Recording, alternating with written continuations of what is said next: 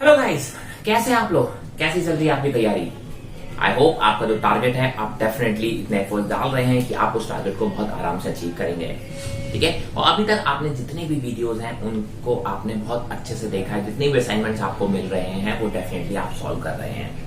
तो आज के लेक्चर में हम बात करने वाले हैं रोटेशन की प्रॉब्लम्स को कैसे अप्लाई करना है, कैसे सॉल्व करना है, कैसे आपको रोटेशनल मोशन में अल्फा निकालना है, एंगुलर एक्सेलरेशन निकालना है, आप बोल सकते हो सेंटर ऑफ मास का एक्सेलरेशन निकालना है, किस तरीके से रोलिंग मोशन को हमको हैंडल करना है और किस टाइप की प्रॉब्लम्स इनमें आपकी rotation and combined rotation plus translation motion की आती हैं। My name is Vivek Singh Rathore and let's start the new lecture. So let's start with an example, basic example जो कि कई बार नीट में पूछा भी गया है। ठीक है, मैंने कहा ये एक रॉड है सर, ये एक थिन रॉड है, ये एक हिंज से फिक्स्ड है, इसकी लेंथ जो है वो L है और जो मास गिवन है वो M गिवन है। आपने बोला कि सर इसका ये जो एंड है, एक एंड जो है वो बेसिकली आप बोलोगे कि सर यहां से इस टाइप से स्ट्रिंग से कनेक्टेड है। ठीक है, हिंज क्या होता है? हिंज आपका हमेशा आपके मोशन को रेस्ट्रिक्ट कर देता है। क्या करता है? आपके मोशन को रेस्ट्रिक्ट कर देता है एक एक्सिस के अबाउट। ठीक है, तो इसका मतलब अगर ये हिंज है तो मोशन इस एक्सिस के अबाउट हो सकता है। ठीक है, हिंज का मेन काम यही होता है। अब क्वेश्चन क्या बोल रहा है कि सर अगर मैंने जिस इंस्टेंट पर इस स्ट्रिंग को यहां से कट किया, इस स्ट्रिंग को जब यहां से कट किया उस इंस्टेंट पे इसका अल्फा बता दो मुझे, इसका सेंटर ऑफ मास का एक्सेलरेशन बता दो, सेंटर ऑफ मास का एक्सेलरेशन बता दो। ये आपसे क्वेश्चन पूछे गए हैं, जरा देखो इनको कैसे सॉल्व करते हैं।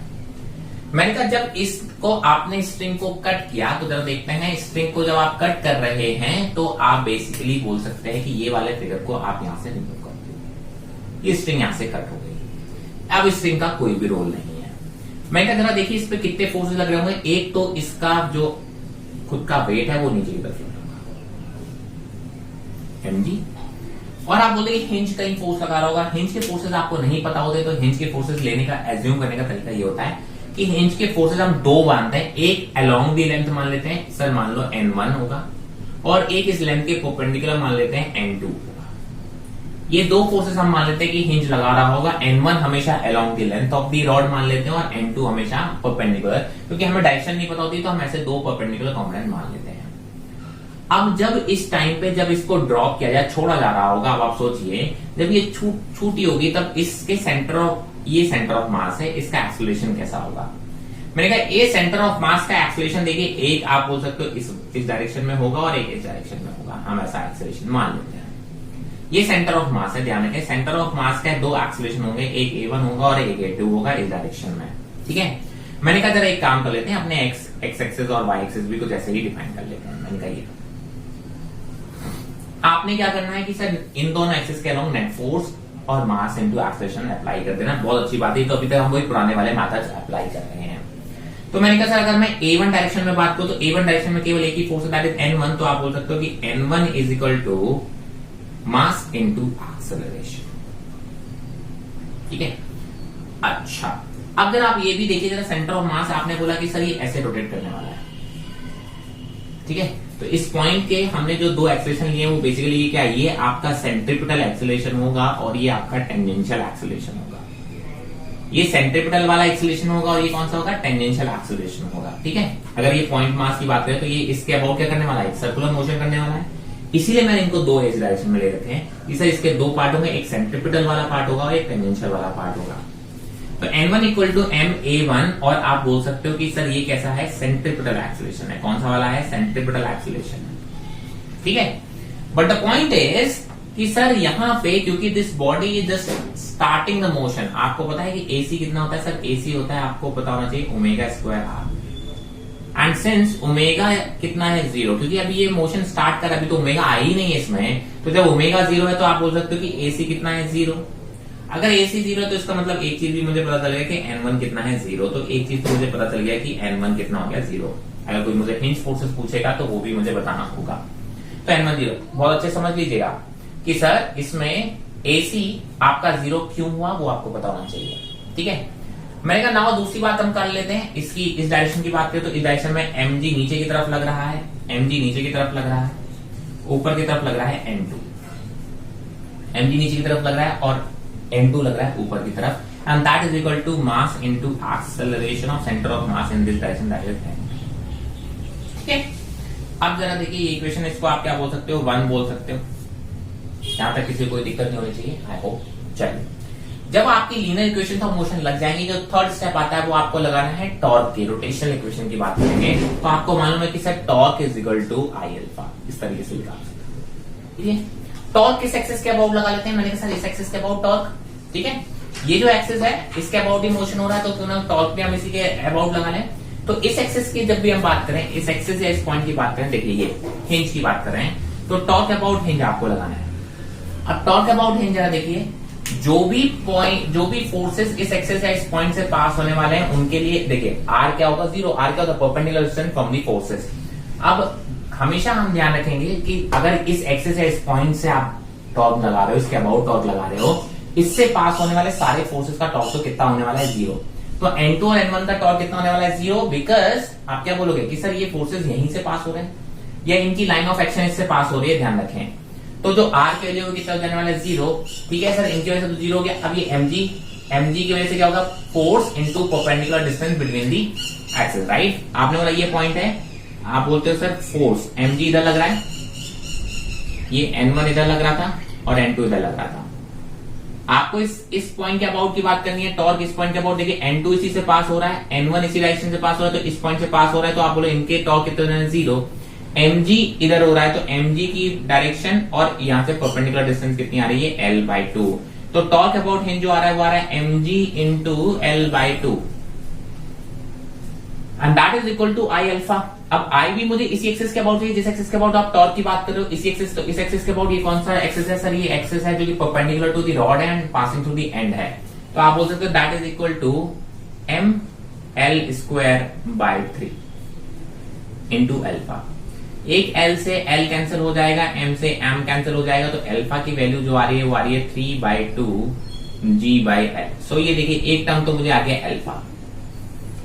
ठीक है, तो देखिए पहले लीनियर इक्वेशंस ऑफ मोशन की जो आपने न्यूटन लॉज ऑफ मोशन पढ़े हुए थे वो लगाने हैं। थर्ड आपको लगाना है कि सर रोटेशनल आप torque equal to I alpha लगाना है। एक और अभी भी रिलेशन है, अभी अल्फा और एक्सेलरेशन का रिलेशन और निकालना है, ध्यान रखें।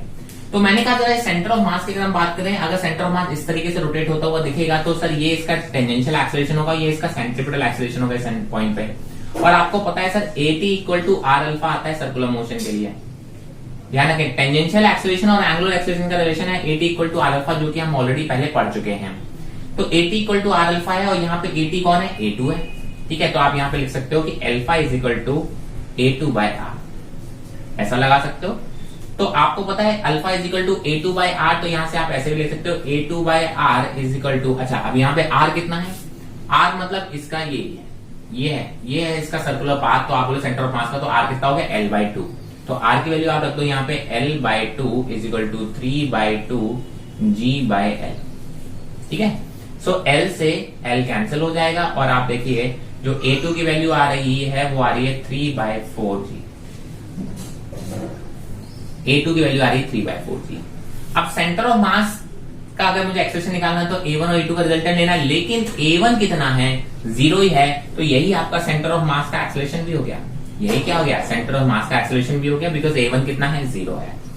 मैंने कहा सर अगर कोई मुझसे रिएक्शन आप बोलते हैं हिंज फोर्स की बात करें तो हिंज फोर्स कितना है, N1 और N2 का रिजल्टेंट, और N1 0 है तो जो N2 है वही इसका हिंज फोर्स हो गया। मैंने N2 निकालना तो N2 जरा यहां से देखो, mg की वैल्यू देखिए यहाँ पे इक्वेशन नंबर 2 की अगर हम बात करेंगे तो mg minus ma2 is equal to n2, है ना।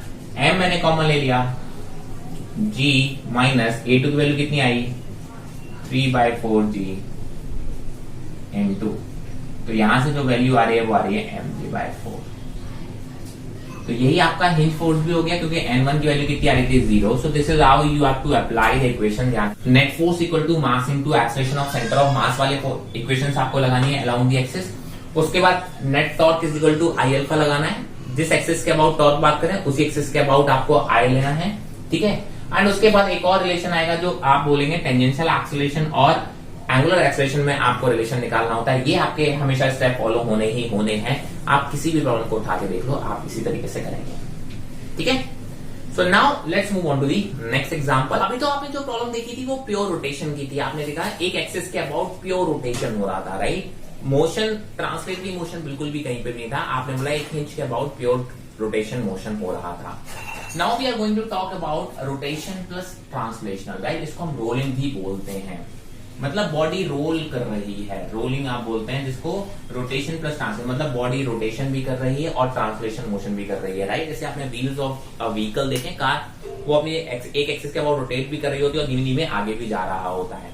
So basically it's a combination of rotation and translational motion. मैंने देखिए अलग अलग इनको पहले स्टडी करते हैं। मैंने कहा अगर प्योर रोटेशन होता है इस एक्सिस के अबाउट, अगर ओमेगा से कोई बॉडी घूम रही होती तो आप बोलते हैं किसी भी पॉइंट का जो कि r डिस्टेंस पर है, मान लो इस पॉइंट की बात करें जो r डिस्टेंस पर है, तो यहाँ पे खड़े होकर देखते तो इसको इसकी वेलोसिटी कैसे दिखती, r ओमेगा दिखती। इस पॉइंट की वेलोसिटी r ओमेगा दिखती, इस डायरेक्शन में r ओमेगा, इस डायरेक्शन में r ओमेगा। किसी भी पॉइंट की वेलोसिटी आप उठा के देखोगे, आप बता सकते हो किस डायरेक्शन में आपको कितनी वेलोसिटी दिख रही है। ये प्योर रोटेशन केस है। मैंने अगर ये प्योर ट्रांसलेटरी मोशन कर रही होती, ये बॉडी ऐसे मूव कर रही होती, तो हर पॉइंट की वेलोसिटी कैसी होती, सेम होती। चाहे वो सेंटर ऑफ मास की वेलोसिटी मान लो, चाहे वो आप बोलते इस पॉइंट की वेलोसिटी मान लो, इस पॉइंट की वेलोसिटी मान लो, इस पॉइंट की वेलोसिटी मान लो, ये सारी की सारी कैसी होती है, सेम वेलोसिटी से इस तरीके से जा रहा होता अगर ये प्योर ट्रांसलेशन मोशन होता। और अगर प्योर रोलिंग होता, वो सॉरी प्योर रोटेशन होता, तो ये इस तरीके से आप किसी भी पॉइंट का आप क्या निकाल सकते थे, स्पीड या वेलोसिटी निकाल सकते थे। अब मैंने जब इनको कंबाइन कर दिया, अब इस एक्सिस के अबाउट ओमेगा से घूम भी रही है, साथ ही साथ ये वीसी स्पीड से आगे की तरफ भी बढ़ रही है। तो इस पॉइंट की अगर मैं वेलोसिटी मानूं, अब इस पॉइंट के वेलोसिटी के दो कंपोनेंट हो गए, एक r ओमेगा हो गया, एक vc हो गया। vc देखिए इस डायरेक्शन में था और r ओमेगा इस डायरेक्शन में था। इस पॉइंट की कोई नेट वेलोसिटी पूछेगा तो वो इस डायरेक्शन में कहीं आएगा, ध्यान रखेंगे, ठीक है। सिमिलरली आप इस पॉइंट की बात करें, देखिए r ओमेगा इस डायरेक्शन में होगा, vc इस डायरेक्शन में है, तो आप बोलते हैं इनका रिजल्टेंट जो भी होगा वो इस पॉइंट की वेलोसिटी कहलाएगा। इस पॉइंट की वेलोसिटी आपको फाइंड आउट करना है, सर r ओमेगा ऊपर की तरफ है, vc इस डायरेक्शन में, तो इन दोनों का रिजल्टेंट आपको लेना पड़ेगा क्योंकि यहाँ कहीं इस डायरेक्शन में आएगा। इस पॉइंट की बात करें तो देखिए vc और r ओमेगा सेम डायरेक्शन में, तो इसका जो रिजल्टेंट आ रहा है वो vc प्लस r ओमेगा आएगा। तो ऐसे किसी भी पॉइंट का, ठीक है, किसी भी पॉइंट की आप वेलोसिटीज निकाल सकते हैं in pure rotation and translation के। अगर आपको पता है तो आप दोनों के कंबाइंड मोशन में किसी भी पॉइंट की वेलोसिटी निकाल सकते हैं। इसमें जो r ओमेगा होता है वो इस सेंटर से इसकी डिस्टेंस है। अगर ये पॉइंट यहां होता तो यहां से यहां तक की डिस्टेंस की बात कर रहा है r। ये तो बात हुई वेलोसिटीज की। मैंने कहा सिमिलरली एक्सेलरेशन की जरा देखें कैसे है। मैंने कहा जरा देखिए, अगर ये प्योर रोटेशन हो रहा होता तो अगर इस एक्सिस के अबाउट अल्फा एक्सेलरेशन से ये बॉडी घूम रही होती तो आप बोलते हैं देखिए टेंजेंशियल एक्सेलरेशन की अगर हम बात करें, किसकी बात करें, इसके टेंजेंशियल एक्सेलरेशन की अगर हम बात करें तो टेंजेंशियल एक्सेलरेशन इस पॉइंट पे कैसे दिख रहा होता है, r अल्फा इधर की तरफ, at equal to r alpha होता है। ये तो कोई दिक्कत ही नहीं है, at equal to r alpha, ठीक है, इस डायरेक्शन में। मैंने कहा अगर इस पॉइंट की अगर हम एक्सेलरेशन निकाल सकते तो टेंजेंशियल तो वो इस डायरेक्शन में आता है। सिमिलरली इस पॉइंट का इस डायरेक्शन में आ रहा होता r अल्फा। r क्या है सर, इस पॉइंट से सेंटर से इस पॉइंट की डिस्टेंस। अगर ये पॉइंट यहां होता तो यहां तक की डिस्टेंस को जो भी वैल्यू आ रही होती वो लिखते, राइट। हमने इसकी बात की तो इसकी r। अगर ये प्योर रोटेशन की जगह पे प्योर ट्रांसलेशन मोशन हो रहा होता तो हर पॉइंट जो है वो एक सेम एक्सेलरेशन से आप मूव कर रहा होता है। जैसे कि for example, sorry my mistake, this, ठीक है, बॉडी का हर पॉइंट का एक्सेलरेशन जो उसका सेंटर मास एक्सेलरेशन होगा वही उसी एक्सेलरेशन से प्योर ऐसे मूव कर रहा होता। मैंने कहा जब मैंने इसको कंबाइन किया तो मोशन हो जाएगा रोलिंग, मतलब रोटेशन प्लस ट्रांसलेशन। तो इनके पॉइंट पे जो एक्सेलरेशन है वो वगैरह कैसे निकलेंगे, मैं जरा देखिए। मैंने कहा सर अब इसका जो टेंजेंशियल एक्सेलरेशन इसकी वजह से आ रहा था वो r अल्फा इधर आ रहा था, और सेंट्रिपेटल एक्सेलरेशन सॉरी जो आप बोलते हैं ट्रांसलेशन एक्सेलरेशन की तरफ आ रहा था, इधर की तरफ आ रहा था। तो इनका जो नेट एक्सेलरेशन इस डायरेक्शन में आप बोलोगे वो इस डायरेक्शन में आ जाएगा, ac और r अल्फा का। सिमिलरली आप बोलोगे यहाँ पे r अल्फा इस डायरेक्शन में आ रहा था और ac इधर आएगा, तो रिजल्टेंट लोगे तो इन दोनों का रिजल्टेंट हो जाएगा। इस डायरेक्शन की बात करें तो AC इस डायरेक्शन में आ रहा है, r अल्फा इस डायरेक्शन में आ रहा है, तो यहाँ पे रिजल्टेंट जो भी आएगा वो इसका एक्सेलरेशन हो जाएगा। सिमिलरली इस पॉइंट की अगर हम बात करेंगे तो AC प्लस r अल्फा जो एक्सेलरेशन आएगा वो इस डायरेक्शन में आएगा, ठीक है। तो जरा यहाँ पे देखेंगे कि सर ये वो एक्सेलरेशन टेंजेंशियल एक्सेलरेशन आ रहे हैं, इस तरीके से हम इनको फाइंड आउट करेंगे। अब बात करते हैं what is pure rolling. What is pure rolling? Pure rolling क्या होता है? प्योर रोलिंग का मतलब होता है कि सर यहाँ पे जो जब ये बॉडी कभी भी आपके ग्राउंड पे या किसी प्लेटफॉर्म पे आप रोल कर रही होती है तो यहाँ पे जो पॉइंट है वो बिल्कुल भी स्लिप नहीं करेगा, ठीक है। ये पॉइंट केवल प्योर रोल कर रहा होता है। इसका मतलब ये होता है कि सर ये वाला जो पॉइंट है प्लेटफॉर्म के रिस्पेक्ट में रेस्ट पे आने वाला है, ठीक है। इसका मतलब जो भी पॉइंट कॉन्टैक्ट में होगा प्लेटफॉर्म के, वो उस टाइम पे इंस्टेंटली रेस्ट पर होगा, वहां पे कोई स्लिपिंग नहीं होगी। आप बोलते rolling without slipping is called pure rolling. अब प्योर रोलिंग के लिए क्या कंडीशन होती है, मैंने कहा सर देखिए ये पॉइंट मान लीजिए इसका ये जो टच हो रहा है वो ये पॉइंट है आपका, ए पॉइंट जो है वो आपका इस बॉडी पे लाई करता है और बी पॉइंट आपका इस प्लेटफॉर्म पे लाई करता है। मैंने बोला सर ये प्लेटफॉर्म के रिस्पेक्ट में रेस्ट पे होना चाहिए। मैंने हमेशा ध्यान रखना रोलिंग के लिए प्लेटफॉर्म के रिस्पेक्ट में ये कॉन्टैक्ट वाला पॉइंट कैसा होना चाहिए, रेस्ट पे होना चाहिए। इन दोनों के बीच में कोई भी रिलेटिव मोशन नहीं होना चाहिए। इसका मतलब जो वेलोसिटी ऑफ ए होगा that should be equal to velocity of B. अब वेलोसिटी ऑफ ए अगर हम इस टाइम पे निकालेंगे तो देखिए आर ओमेगा आएगा इस डायरेक्शन में और बीसी आ रहा होगा इस डायरेक्शन में, तो वीए कितना हो जाएगा सर, आप बोलोगे वीसी माइनस आर ओमेगा। ठीक है, ये तो हो गई आपकी वेलोसिटी ऑफ ए। और वेलोसिटी ऑफ बी क्या होगी सर, वो तो प्लेटफॉर्म की वेलोसिटी के बराबर होगा, so that will be equal to velocity of platform. तो ये आपकी प्योर रोलिंग की कंडीशन होती है, हमेशा ध्यान रखें कि सर वीए इक्वल टू वीबी होगा। अब होता क्या है, मैक्सिमम केस में प्लेटफॉर्म हमारा रेस्ट पे रहता है। कैसे रहता है, मैंने कहा मैक्सिमम हमारा प्लेटफॉर्म कैसा रहता है, रेस्ट पे रहता है, या फिर आप बोलते हो ये जो मोशन हो रहा होता है ये कहां पर होता है, ग्राउंड पे हो रहा होता है। तो जो इसकी वेलोसिटी ग्राउंड की या प्लेटफॉर्म की वेलोसिटी कितनी होती है, 0, तो इस बी की वेलोसिटी भी कितनी हो जाएगी, 0। तो आपको बोलते हैं ये जो ए वाला पॉइंट है ये रेस्ट पे रहना चाहिए, मतलब इसकी वेलोसिटी कितनी होनी चाहिए, 0। तो अगर बीपी 0 है तो आप बोलोगे BC minus r omega equal to BC minus r omega equal to v 0 होना चाहिए और BC equal to r omega होना चाहिए। 95% केसेस में आपको ये BC equal to r omega वाली कंडीशन मिलती है, but this is just an special case. Pure rolling के लिए जो कंडीशन होती है वही होनी चाहिए कि सर इन दोनों पॉइंट्स का जो कॉन्टैक्ट पॉइंट्स है प्लेटफॉर्म का और बॉडी का, that has to be relatively at rest. Platform के रिस्पेक्ट में ये पॉइंट रेस्ट पे होना चाहिए, और अगर प्लेटफॉर्म भी रेस्ट पर है तो इस पॉइंट को आप बोलोगे रेस्ट पे रहना पड़ेगा, मतलब this point has a 0 velocity. और इससे आप ये करते हो बीसी इक्वल टू क्या होना चाहिए, आर ओमेगा होना चाहिए फॉर प्योर रोलिंग।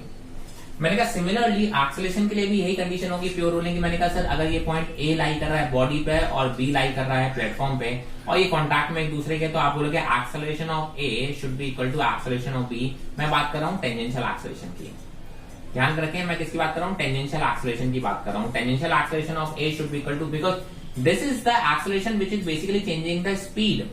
और हमने बोला एक दूसरे की स्पीड कैसे होनी चाहिए, एक दूसरे के रिस्पेक्ट में 0 होनी चाहिए। तो अगर एक्सेलरेशन 0 नहीं हुआ तो स्पीड चेंज हो जाएगी, तो फिर से आप बोलोगे क्या हो जाएगा, अगर एक्सेलरेशन अलग अलग आए तो इनकी वेलोसिटीज में चेंज भी अलग अलग आएगा, तो इनकी वेलोसिटीज अब एक दूसरे के रिस्पेक्ट में सेम नहीं रहेंगी। तो इसलिए आपने बोला कि टेंजेंशियल एक्सेलरेशन कैसे होने चाहिए, सेम होने चाहिए। मैंने कहा एक्सेलरेशन ऑफ ए, जरा देखिए टेंजेंशियल एक्सेलरेशन ऑफ ए निकालेंगे तो यहाँ पे आएगा आर अल्फा और यहाँ पे आएगा एसी। तो आप बोलोगे ये कितना हो जाएगा, एसी माइनस आर अल्फा हो जाएगा। Acceleration of B will be the acceleration of the platform that is equal to AP. So this is your pure rolling acceleration वाला condition for pure rolling. ठीक है, AC minus R alpha equal to AP. हमने कहा maximum time हमारा जो platform होता है वो ग्राउंड होता है। आप बोल सकते हो तो AP की वैल्यू अगर 0 होती है, अगर if AP equal to 0 होता है तो आप बोल सकते हो AC equal to R alpha होता है हमारे लिए प्योर रोलिंग का जो हमारा मेन फंडा होता है, उसकी बात हम कर रहे हैं। सो this is how it works. ध्यान रखें जो प्योर रोलिंग की कंडीशन ये एक स्पेशल केस है जब ये ग्राउंड पे हो रही है, ठीक है। अदरवाइज ये कंडीशन ये होती है कि जो रिलेटिव वेलोसिटी होती है एक दूसरे की, आप बोल सकते हो कि इक्वल होनी चाहिए, रिलेटिव वेलोसिटी कितनी होनी चाहिए, 0 होनी चाहिए। मैंने कहा इसका जो सबसे स्टैंडर्ड एग्जांपल आप बोलते हो कि काफी स्टैंडर्ड प्रॉब्लम है, ठीक है, उसको हम जरा सॉल्व कर लेते हैं। मैंने बोला कि मान लो जो आपने एटवुड मशीन पढ़ी थी ना, पुली वाला जो प्रॉब्लम था, उसमें ये जो पुली थी, ठीक है, ये पुली ऐसे रोप से ऐसे मासेस ऐसे हैंग थे,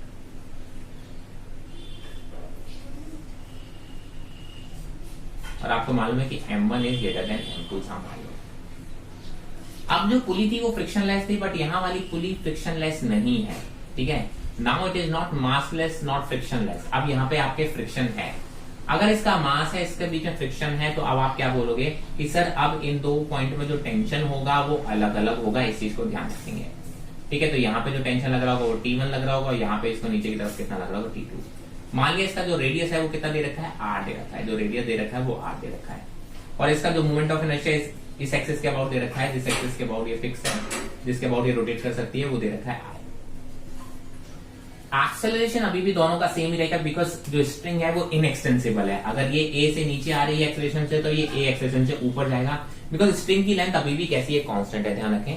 अब जो पुली है वो फ्रिक्शनलेस नहीं है, मासलेस नहीं है, तो अब आप बोलोगे कि सर ये रोटेट भी करेगी। अभी तक फ्रिक्शनलेस थी तो सिर्फ और सिर्फ जो स्ट्रिंग थी उसके ऊपर स्लिप करती थी, पुली रोटेट नहीं करती थी, बट अब पुली रोटेशन भी होगा। तो इसीलिए अब ये टेंशन, क्योंकि इस पूरी स्ट्रिंग के बीच में मास आ गया है, तो अब ये दोनों टेंशन सेम नहीं होंगी। अब इनको सॉल्व करने का क्या तरीका होता है? मैंने कहा सॉल्व करने का तरीका तो वही होगा कि आप पहले M1G की बात कर लो। M1G का क्या बना लो आप? M1G का FBD बना लो। M1G ऊपर की तरफ लग रहा है T1, नीचे की तरफ है एक्सेलरेशन A। मैंने कहा इसको सॉल्व करेंगे तो क्या आएगा? नीचे वाली डायरेक्शन एक्सेलरेशन डायरेक्शन को पॉजिटिव मानेंगे तो आप लिखोगे M1G minus T1 is equal to M1 into A, equation number 1।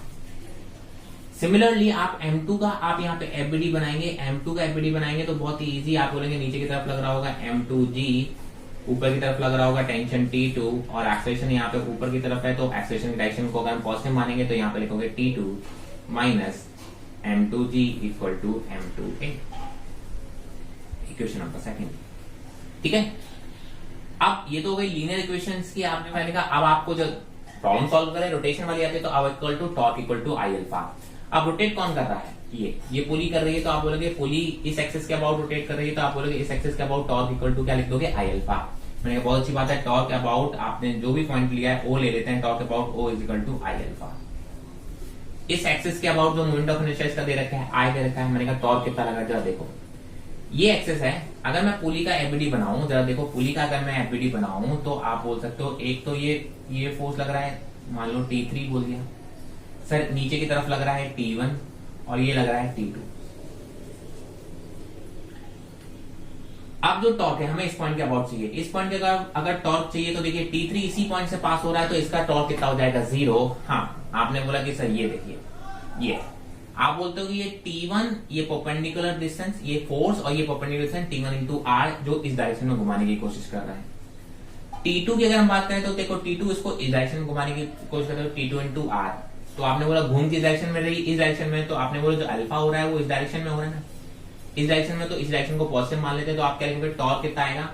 T1 into R minus T2 into R। फिर से देखिए आप, मैंने कहा इसके अबाउट टॉर्क चाहिए, तो मैंने कहा ये फोर्स की वजह से तो टॉर्क 0 हो गया, बिकॉज इस पॉइंट से ही पास हो रहा है ये फोर्स, तो आप बोलोगे तो टॉर्क कितना हो जाएगा इसका? 0। T1 की बात करो, देखिए इस पॉइंट के अबाउट, तो T1 की लाइन से कितना परपेंडिकुलर डिस्टेंस है? R, तो आप बोलोगे टॉर्क कितना हो जाएगा? T1R। T2 की बात करो तो T2 से परपेंडिकुलर डिस्टेंस कितनी है? R, तो इसका टॉर्क कितना हो जाएगा? T2R। बट इस डायरेक्शन को पॉजिटिव है तो ये T1 इसको इस डायरेक्शन में घुमाने की कोशिश कर रहा है और T2 इसको इस डायरेक्शन में घुमाने की कोशिश कर रहा है, इसलिए मैंने लिखा है T1R minus T2R and that is equal to I alpha. तो आप बोलोगे T1 minus T2 into R is equal to I alpha. ये आपकी आ गई इक्वेशन नंबर 3। मैंने कहा अब लास्ट इक्वेशन क्या होती है? अल्फा और टेंजेंशियल एक्सेलरेशन में कहीं ना कहीं रिलेशन चाहिए होता है, जो कि हमने पिछली प्रॉब्लम्स में देखा था। ठीक है, अल्फा और एटी में चाहिए। मैंने कहा देखो इस पॉइंट की बात करो, जो पॉइंट इससे टच में है, ये जो रोप है, ये रोप का ये वाला पॉइंट ए एक्सेलरेशन से नीचे जा रहा है। ठीक है, तो अगर ए और यहाँ स्लिपिंग नहीं है कुछ भी, राइट, ये प्योर रोटेशन हो रहा होगा इस तरीके से, ऐसे स्लिपिंग नहीं होगी, रोप इस पे स्लिप नहीं करेगी तो क्योंकि फ्रिक्शन आ रहा है और सफिशिएंट फ्रिक्शन है। तो अगर ये रोप वाला पॉइंट इधर जा रहा है ए एक्सेलरेशन से, तो जो डिस्क पे या पुली पे जो पॉइंट होगा वो भी सेम एक्सेलरेशन से टेंजेंशियली नीचे की तरफ जा रहा होगा। आया ना? तो मैंने कहा इस पुली का, अगर इस पॉइंट की बात करें, इस पुली का इस पॉइंट की अगर हम बात करें और रोप का पॉइंट की बात करें, तो रोप का एक्सेलरेशन है ए और पुली का एक्सेलरेशन देखिए कितना होगा, इधर की तरफ कितना होगा? R alpha. कोई भी लीनियर मोशन तो इसमें है नहीं, केवल और केवल ये पूरी प्योर रोटेट कर रही है अपनी जगह पर। तो आप बोलेंगे जो टेंजेंशियल एक्सेलरेशन होगा वही इसका क्या होगा? टेंजेंशियल एक्सेलरेशन होगा वही इसका नेट एक्सेलरेशन होगा इस पॉइंट का। और आपने बोला सर यहाँ पे स्लिपिंग नहीं हो रही है, इसका मतलब ये वाले दोनों पॉइंट्स एक दूसरे के रिस्पेक्ट में सेम एक्सेलरेशन कर रहे होंगे, तो आप यहाँ पे लिखोगे ए इक्वल टू आर अल्फा। ये हो गई आपकी इक्वेशन नंबर 4। यहां से आप अल्फा रख दोगे तो सर अल्फा की वैल्यू उठा के रख दोगे तो आपकी इक्वेशन सॉल्व होकर आ जाएगी। देखो जो एक्सेलरेशन की जो वैल्यू आएगी वो आपको बता देता हूं, m1 minus m2 into g upon m1 plus m2 plus I by R square. ये आपका रिजल्ट आएगा जो मैं आपको फाइनल रिजल्ट यहाँ पे लिख दे रहा हूँ। अगर आपको प्योर रिजल्ट आपको याद है, जब यहाँ पे स्लिप फ्रिक्शनलेस या मासलेस पुली हुआ करती थी तो आता था m1 minus m2 into g upon m1 plus m2। ये वाला टर्म आपका रोटेशन की वजह से आ गया है। अगर मैं रोटेशन वाले टर्म को जीरो कर दूं तो देखिए आप पुराने रिजल्ट पे पहुंच जाएंगे। सिमिलरली आप बोलोगे अगर मैं टेंशन की बात करूं, अगर T1 निकालना है तो यहाँ पे आएगा M1 into 2M1 M2 plus I by R square into G upon M1 plus M2 plus I by R square. ये आपके रिजल्ट आने वाले हैं। ठीक है, ऐसे T2 भी निकालोगे, T2 में यहाँ पे M2 हो जाएगा, यहाँ M1 हो जाएगा, बाकी रिजल्ट आपका सेम रहेगा। तो ये एक और वेरी स्टैंडर्ड प्रॉब्लम आपकी मैंने आपको इसमें करा दी, जो कि आपके ये प्योर रोलिंग आप कह सकते हो, ये combined rotation plus translation motion पे बेस्ड होगी। इसकी लास्ट और बहुत इंपॉर्टेंट प्रॉब्लम देखेंगे, इससे भी ऑलमोस्ट उस प्रॉब्लम से ऑलमोस्ट एवरी ऑल्टरनेट ईयर उस क्वेश्चन आएंगे, तो उस प्रॉब्लम को देख के इस चैप्टर को हम कंप्लीट करेंगे। So now let's see the problem in rolling on inclined plane. ठीक है, ये एक इंक्लाइन प्लेन है और इस पे रोलिंग, इस पे क्वेश्चंस ऑलवेज आप कह सकते हो एवरी ऑल्टरनेट ईयर और मे बी कंटिन्यूस ईयर भी इससे एक क्वेश्चन आपका डायरेक्ट बन जाता है। अगर आपको इसके फॉर्मूले भी याद रह गए तो आप मैक्सिमम क्वेश्चंस कर पाएंगे। ठीक है, तो मैं इसको जल्दी से समझ लेता हूं कैसे। मैंने कहा एक तो प्योर रोलिंग के लिए आपको इस केस के लिए यहाँ पे एक फ्रिक्शन जो है ये फ्रिक्शनलेस नहीं है, यहाँ पे फ्रिक्शन कैसा है, सफिशिएंट है। एक सफिशिएंट फ्रिक्शन यहाँ पे अप्लाई कर रहा है जिसकी वजह से ये रोलिंग हो रही है, इस चीज को ध्यान में रखेंगे। यहाँ पे जो फ्रिक्शन है वो कैसा है, सफिशिएंट है रोलिंग कराने के लिए। तो जब ये बॉडी देखिए, अगर हम देखें कभी भी हमें फ्रिक्शन की डायरेक्शन पता करनी होती है तो हम क्या कहते हैं, हम सरफेस को फ्रिक्शनलेस मान लेते हैं। अगर ये सरफेस फ्रिक्शनलेस होता तो ये बॉडी ऐसे स्लिप करती हुई चली जाती, तो नीचे वाले पॉइंट की टेंडेंसी होती नीचे आने की, इस डायरेक्शन में आने की। ठीक है, आपने बोला इस पॉइंट की टेंडेंसी के नीचे आने की होती, तो फ्रिक्शन इस पॉइंट को रोकने की कोशिश करता तो किधर लगता है, फ्रिक्शन ऊपर की तरफ। तो मैंने कहा अगर किसी भी पॉइंट पे अगर आप बोले तो फ्रिक्शन किधर लग रहा होगा, इधर की तरफ। सर इस पे इधर की तरफ क्या लग रहा होगा, mg sin थीटा। ये चीज तो सबको पता है। ठीक है, मैंने कहा बहुत अच्छी बात है, जरा देखें। और इसका जो सेंटर ऑफ मास का एक्सेलरेशन जो है वो इस डायरेक्शन में मान लेते हैं, सेंटर ऑफ मास का एक्सेलरेशन किधर मान लेते हैं, और मान लें ये रोटेट हो रहा है अल्फा एक्सेलरेशन से। तो मैंने कहा इक्वेशंस लगा देंगे, सिंपल सी बात है। आपने बोला पहले लीनियर एक्सेलरेशन लिख लेते हैं, मैंने कहा लीनियर एक्सेलरेशन इस डायरेक्शन की अगर हम बात करें इक्वेशन लगाएंगे तो कैसे लगाएंगे, इस डायरेक्शन में फोर्स कितना है, mg sin थीटा, और फ्रिक्शन पीछे की तरफ, तो आप लिख सकते हो कि mg sin theta minus friction is equal to m into AC, equation number 1। इसमें तो मुझे लगता है कोई भी दिक्कत नहीं होनी चाहिए आपको। ठीक है, मेरी दूसरी इक्वेशन लिखने वाले हैं। मैंने कहा सर अब ये होगी लीनियर की, तो आप बोलोगे torque is equal to I alpha, torque is equal to I alpha. ठीक है, ध्यान रखेंगे ये बॉडी मैंने एक सर्कुलर बॉडी मानी है, उसका मास कैसा माना हुआ है, m माना हुआ है, और इसका जो मोमेंट ऑफ इनर्शिया निकालना है सेंटर ऑफ मास से पास होने वाले एक्सिस का, कितना माना है, CMR square. Why CMR square मतलब, CMR स्क्वायर मतलब ये बॉडी रिंग भी हो सकती है, डिस्क भी हो सकती है, सिलेंडर भी हो सकती है, सॉलिड सिलेंडर भी हो सकती है, स्फीयर भी हो सकती है, solid sphere, hollow sphere, right. C की वैल्यू चेंज होती जाएगी। अगर ये रिंग होती तो यहाँ पे C की वैल्यू 1 हो जाएगी, मतलब MR स्क्वायर। अगर ये डिस्क हो जाएगी तो 1/2 हो जाएगी, मतलब MR स्क्वायर बाई 2। अगर ये सॉलिड स्फीयर हो जाएगा तो यहाँ पे 2/5 हो जाएगी। ठीक है, तो इसलिए मैंने इसको एक C ले लिया, जनरल वैल्यू ले लिया है। तो torque equal to I alpha. अब जरा देखो टॉर्क क्या, मैंने कहा इसके सेंटर ऑफ मास से पास होने वाले एक्सिस के अबाउट की अगर हम बात करें, टॉर्क की अगर हम बात करें तो जरा देखो इस एक्सिस के अबाउट, राइट, इस एक्सिस के अबाउट अगर मुझे टॉर्क की बात करनी है तो देखिए mg sin थीटा तो इसी से पास हो रहा है, इस एक्सिस से ही पास हो रहा है। mg sin थीटा तो इसी एक्सिस से पास हो रहा है, हाँ या ना, हाँ, बहुत अच्छी बात है। तो इसका टॉर्क तो कितना हो गया, 0 हो गया। मैंने कहा सर एक दूसरा फोर्स और लग रहा है, फ्रिक्शन आ रहा है, बहुत अच्छी बात है सर, फ्रिक्शन मुझे पता चल गया। अगर फ्रिक्शन मुझे पता चल गया, देखिए इस एक्सिस से ये जो परपेंडिकुलर डिस्टेंस है इस फोर्स की वो कितनी है, r है। अगर इसका रेडियस कितना है, r है, तो आपको पता है सर ये टॉर्क का फोर्स का टॉर्क की वैल्यू कितनी होगी, f into this perpendicular distance. तो जो टॉर्क आएगा वो आएगा f इंटू r, और I कितना आएगा, I ऑलरेडी हमें पता है, that is equal to CMR square into alpha. एक r से r कैंसिल हो गया, ये आपकी वैल्यू आ गई नंबर 2। अब तीसरी इक्वेशन आपको मालूम है AT और अल्फा में रिलेशन चाहिए। मैंने कहा बहुत अच्छी बात है, मैंने कहा AT की अगर हम बात करें, ठीक है, AT और मुझे अल्फा में क्या चाहिए, रिलेशन चाहिए। मैंने कहा सर ये रोलिंग हो रही है और वो भी कैसे हो रही है, प्योर रोलिंग हो रही है। ठीक है, प्योर रोलिंग में भी ये जो इसका प्लेटफॉर्म है, अगर देखिए मैंने कहा जो प्लेटफॉर्म देखिए R अल्फा, अगर इसकी बात करें तो R अल्फा इधर की तरफ आ रहा होगा और AC की तरफ आ रहा होगा, इधर की तरफ आ रहा होगा। यही AC ही तो इसके लिए AT का काम कर रहा होगा। और क्योंकि प्योर रोलिंग है और जिस पे प्लेटफॉर्म पे रोल कर रहा है वो रेस्ट पर है, तो आप बोलोगे AC equal to R alpha जो होती है वही तो कंडीशन होती है प्योर रोलिंग की। तो AC इक्वल टू क्या हो गया, यहाँ पे R अल्फा हो गया, अल्फा, तो आपको एक और इक्वेशन आ गई। मैंने कहा अल्फा की वैल्यू उठा के यहाँ पर रख दोगे तो आप आ जाएगा F इज इक्वल टू, जो F की वैल्यू आ रही होगी क्या आ जाएगी, that is F is equal to CMR। Alpha की वैल्यू यहां से उठा के रखोगे तो कितनी आएगी, AC बाय सर ये आर से आर कैंसिल हो गया। अब इस फ्रिक्शन की वैल्यू उठा के यहां रख दो। अगर इस फ्रिक्शन की वैल्यू यहां उठा के रखेंगे तो देखिए कितनी आ जाएगी, mg sin theta minus C M A C is equal to M into A C, M cancel. तो जो ए सी की वैल्यू आई जरा देखो, सेंटर ऑफ मास की जो वैल्यू आई वो आई है आपकी g sin theta upon 1 plus C. ये सी क्या है आपको बहुत अच्छे से क्लियर होना चाहिए। आप ये फॉर्मूला रटे हुआ होगा, आपको याद रहेगा तो भी आप कर पाओगे, बस सी की वैल्यू क्या है ये आपको पता होना चाहिए एग्जैक्टली।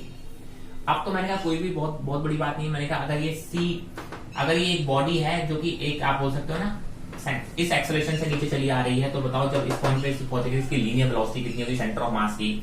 तो मैंने कहा सर एक्सेलरेशन मुझे मालूम है, सर मुझे यहाँ का डिस्प्लेसमेंट भी मालूम है। अगर ये हाइट h है, ये एंगल थीटा है, तो आप अगर इसको अप्लाई करोगे तो मैं आपको डायरेक्टली फॉर्मूला बता देता हूँ, v इक्वल टू कितना आएगा सर, वो under root of 2gh upon 1 plus c आएगा।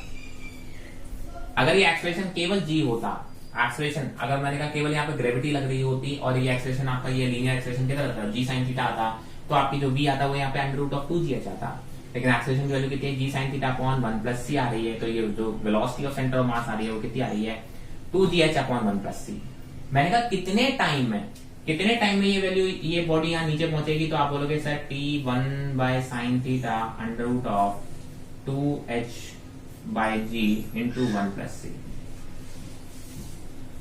अगर आपने इस बॉडी को सिंपल ऐसे स्लिप होती हुई चली आ रही होती, तो आप बोलते इसको जो यहाँ पहुंचने में टाइम लगता है वो लगता है under root of 2h by जी।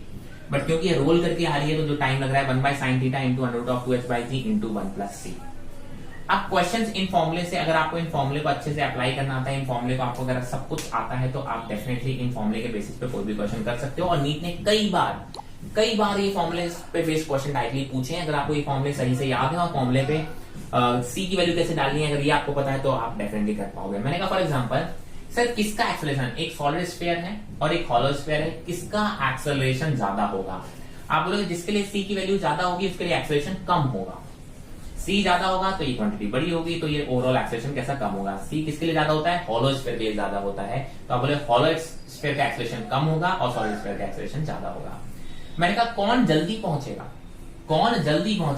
मैंने कहा देखिए जिसका सी ज्यादा होगा उसके लिए टाइम कम लगेगा, नहीं सॉरी, जिसका सी ज्यादा होगा उसके लिए टाइम ज्यादा लगेगा। तो सी किसका ज्यादा है, हॉलो स्फीयर का ज्यादा है, तो सी हॉलो स्फीयर को टाइम ज्यादा लगेगा, मतलब सॉलिड स्फीयर जल्दी पहुंचेगा। तो अगर मुझे ये सी की वैल्यूज पता है तो मैं कोई से भी क्वेश्चन का आंसर दे सकता हूं डायरेक्टली। और ऐसे नीट ने 2, 3, 4 बार क्वेश्चन ऑलरेडी पूछे हुए हैं जो कि डायरेक्टली इन फॉर्मूले पे बेस्ड बन जाते हैं। हाँ, लेकिन मुझे ये सॉल्व करना भी थोड़ा आना चाहिए अगर वो कुछ और स्पेशल करना चाहता है, वरना मैक्सिमम क्वेश्चन तो आपसे सिर्फ बन जाएंगे। इसमें एक और चीज कभी कभी पूछ लेता है, वो है कि सर फोर्स, फ्रिक्शन फोर्स कितना लग रहा है। तो फ्रिक्शन फोर्स देखिए कितना लग रहा है, यहां से आप सॉल्व करेंगे तो ये कितना है, CMAC। कोई मुझसे अगर फ्रिक्शन फोर्स पूछ दे कि फ्रिक्शन फोर्स कितना लग रहा है इस टाइम पे, तो आप वो भी बता सकते हैं। CMAC और AC की वैल्यू आपको पता है, g sin theta upon 1 plus c आ रही है। सो this is all about rolling, this is all about rotational plus translation इसमें, ठीक है। बस इसमें एक चीज जो इंपॉर्टेंट है वो मैं आपको एक चीज और बता देना चाहूँ कि अगर इस टाइप के प्योर रोटेशन वगैरह या रोटेशन ट्रांसलेशन हो रहे होते हैं, अगर प्योर रोटेशन हो रहा होता है, कुछ टर्म्स हैं जो मैं आपको याद रखना देना चाहता हूं। अगर कोई बॉडी प्योर रोटेशन कर रही है किसी एक्सिस के अबाउट, तो इस एक्सिस के अबाउट अगर मान लो ओमेगा से कर रही है, तो जो L आएगा दैट इज एंगुलर मोमेंटम आएगा वो I ओमेगा आएगा। काइनेटिक एनर्जी जो आएगी वो आएगी हाफ I ओमेगा स्क्वायर आएगी, ठीक है। बट अगर आपने बोला कि सर रोलिंग कर रहा है यानी combined rolling rotation plus translation है, तो ध्यान रखें मान लो ये एक बॉडी है, ठीक है, आप बोलते हो सर ये ओमेगा से रोटेट कर रही है और साथ ही साथ ये आगे BC से जा रहा है, ठीक है, ये इस पे प्योर रोलिंग कर रहा है, ठीक है। तो आप क्या बोलोगे, किसी भी पॉइंट के अबाउट, मैंने कहा मान लो इस पॉइंट के अबाउट आपको एंगुलर मोमेंटम निकालना है, तो आप बोला angular momentum about A will be equal to, सबसे पहले तो क्या करो सेंटर ऑफ मास के अबाउट रोटेशन, तो सेंटर ऑफ मास के आप क्या लिखोगे, सेंटर ऑफ मास के अबाउट एंगुलर मोमेंटम कितना आ जाएगा, I CM इंटू ओमेगा। बहुत ही इंपॉर्टेंट है, बहुत अच्छे से याद रखना कि L about centre of mass के एक्सिस के अबाउट आप क्या निकालोगे, I CM इंटू ओमेगा निकालोगे, प्लस आप सेंटर ऑफ मास को क्या मानोगे, पॉइंट मास की तरह ट्रीट करोगे और इसका आप इस पॉइंट के अबाउट एंगुलर मोमेंटम निकालोगे। तो वो निकालने का तरीका क्या होता है, v की डायरेक्शन में यहाँ से परपेंडिकुलर डिस्टेंस निकाली, जो कि यहाँ के केस में r आ रहा है, तो आप लिखोगे m vc into r। So this is the angular momentum of a body undergoing rolling about any point A। सबसे पहले सेंटर ऑफ मास से पास होने वाली एक्सिस के अबाउट उसका आई ओमेगा से एंगुलर मोमेंटम निकालेंगे, प्लस सेंटर ऑफ मास को एक पॉइंट मास की तरह ट्रीट करके उसका एंगुलर मोमेंटम और निकाल के ऐड कर देंगे। ध्यान रखेंगे इस तरीके से प्रॉपर साइन के साथ। अगर दोनों ही एंगुलर मोमेंटम सेम डायरेक्शन में आ रहे हैं, मतलब देखिए ऐसे रोटेट हो रहा है और ये आगे जा रहा है, तो भी इसका जो आर और वीसी आएगा वो दोनों सेम डायरेक्शन में आ रहा है तो ऐड हो जाएंगे। अगर वो एक दूसरे को अपोज कर रहे हैं तो आप कहोगे कि क्या हो जाएंगे सर, उसमें माइनस आ जाएगा।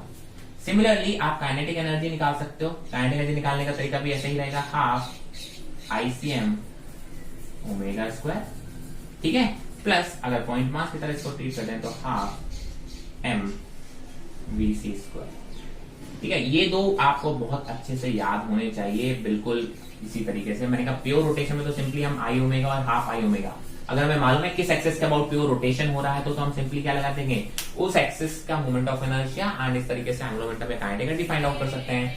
बट अगर रोलिंग हो रहा हो, कंबाइंड मोशन हो रहा हो, तो आपको इस तरीके से यहाँ पे यूज करना पड़ेगा। पहले सेंटर ऑफ मास से पास होने वाले एक्सिस के अबाउट उसका निकाल दो, प्लस सेंटर ऑफ मास को पॉइंट मास की तरह ट्रीट करके उसका मोमेंट ऑफ इनर्शिया निकाल दो, सॉरी एंगुलर मोमेंटम निकाल दो और उनको प्रॉपर्ली साइन के साथ ऐड कर दो। ये तो स्केलर क्वांटिटीज में साइन का कोई झंझट है ही नहीं। आप बोलोगे सेंटर ऑफ मास से पास होने वाली मोमेंट ऑफ इनर्शिया यूज करके आप बोलते हैं उसके अबाउट रोटेशनल काइनेटिक एनर्जी निकाल दो, प्लस ये translational kinetic energy half M V C square हो जाएगा। ध्यान रखें, इसको हम बोलते हैं rotational kinetic energy, rotational kinetic energy, और इसको हम बोलते हैं ट्रांसलेशनल काइनेटिक एनर्जी। बहुत इंपॉर्टेंट है ये फॉर्मूले याद रखना, क्योंकि नीट में कई बार क्वेश्चंस में डायरेक्टली यूज हुए हैं ये, तो इनको बहुत अच्छे से याद रखना है। दो तीन छोटे छोटे और पॉइंट बताऊंगा। मैंने कहा जरा देखो, मैंने कहा वक्डन क्या होता है, वक्डन होता है F dot D S integration. ऐसे रोटेशन के केस में जो वक्डन आता है वो आता है tau dot D theta. Linear motion के केस में जो वक्डन आता है वो आता है एफ डॉट डी एस। तो रोटेशन के केस में जो आपका वक्डन आता है that is tau dot D theta. Similarly आप बोलते हैं इंस्टेंटेनियस पावर की अगर हम बात करें, क्या करें, हम पावर की बात कर रहे हैं, स्केलर क्वांटिटी होता है वो होता है एफ डॉट बी। इस केस में क्या हो जाएगा, टाउ डॉट। ये दो टर्म आपको मैं और बताना चाह रहा था कि वक्डन के केस में अगर लीनियर के मोशन की बात करें तो जो वक्डन है वो एफ डॉट डी एस आता है, रोटेशन के केस में टाउ डॉट डी थीटा आ जाएगा। पावर कहेंगे एफ डॉट बी आता है इंस्टेंटेनियस पावर, यहाँ पे टाउ डॉट ओमेगा आ जाएगा। सबसे इंपॉर्टेंट पार्ट मैंने आपको बताया कि सर इस पर डायरेक्टली क्वेश्चन कई बार पूछे जाते हैं, और ये चीजें आप डेफिनेटली सीख लेना। इसको भी कई बार यूटिलाइजेशन करना पड़ता है। इसको हम रोटेशनल काइनेटिक बोलते हैं, इसको हम ट्रांसलेशनल काइनेटिक एनर्जी बोलते हैं। अगर आपने इतना सब कुछ कर लिया, मैं कहता हूँ रोटेशन के जो 3 क्वेश्चन आते हैं एवरी ईयर और कभी कभी 4 भी आ जाते हैं, जैसे 2018 में आए थे, डेफिनेटली आपसे वो सारे के सारे क्वेश्चन बनेंगे, बहुत आसानी से बनेंगे। मैक्सिमम टाइम रिपीटेटिव क्वेश्चन आ रहे हैं। आप नीट के क्वेश्चन उठा के देख लो, ये मैं नहीं बोल रहा, ये नीट के क्वेश्चन बोल रहे हैं। आई होप आप ये सब जब कवर कर लेंगे तो आपको कोई भी डाउट नहीं होगा। स्टिल अगर आपको कोई भी डाउट है तो do comment and you can also text me on Instagram. If you haven't subscribed the YouTube channel, do subscribe and share it with your friends. For now, stay healthy, stay safe. Thank you.